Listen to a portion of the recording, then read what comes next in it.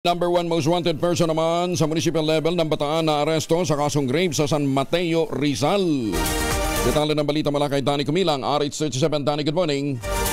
Matagumpay na naaresto kahapon Enero at 13, 2025 ang isang top 1 most wanted person sa municipal level ng Bataan. Natuntun ang suspect sa kanyang pinagtataguan sa Barangay Ampid 1, San Mateo, Rizal. Ang pag-aresto sa suspect ay isinagawa sa bisa ng warrant of arrest na inilabas ng korte matapos makakuha ng eksaktong impormasyon ang Balanga City PNP hinggil sa lokasyon ng suspect. Kasalukuyan ng nasa likod ng Reyes Tabakal ang akusado sa detention facility ng Balanga City PNP.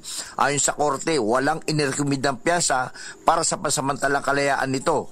Samantala, lubos ang pasasalamat ng pamilya ng biktima sa Balanga City PNP sa matagumpay na pagkakaaresto ng suspect dahil mabibigyan na rin ng hustisya ang sinapit ng kaawa-awang biktima. Pinuri rin ni Police Director Colonel Palmer Tria ang kanyang mga tauhan sa ipinamalas na tiyaga at dedikasyon upang maaresto lamang ang akusado. Danny Kubilang, RH37, DCRH, una sa Pilipinas, una sa Pilipino. Magandang umaga, Pilipinas! Maraming salamat, Danny.